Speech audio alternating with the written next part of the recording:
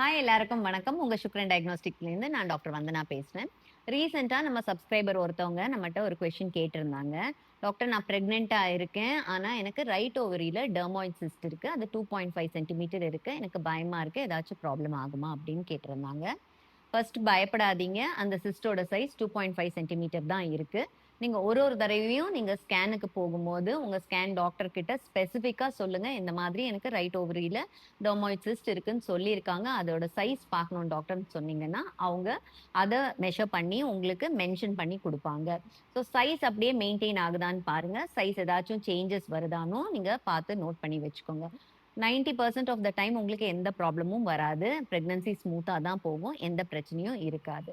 சில சமயங்கள்ல உங்களுக்கு இந்த சிஸ்ட் ட்விஸ்ட் ஆயி டார்ஷன் வரதுக்கான வாய்ப்புகள் இருக்கு.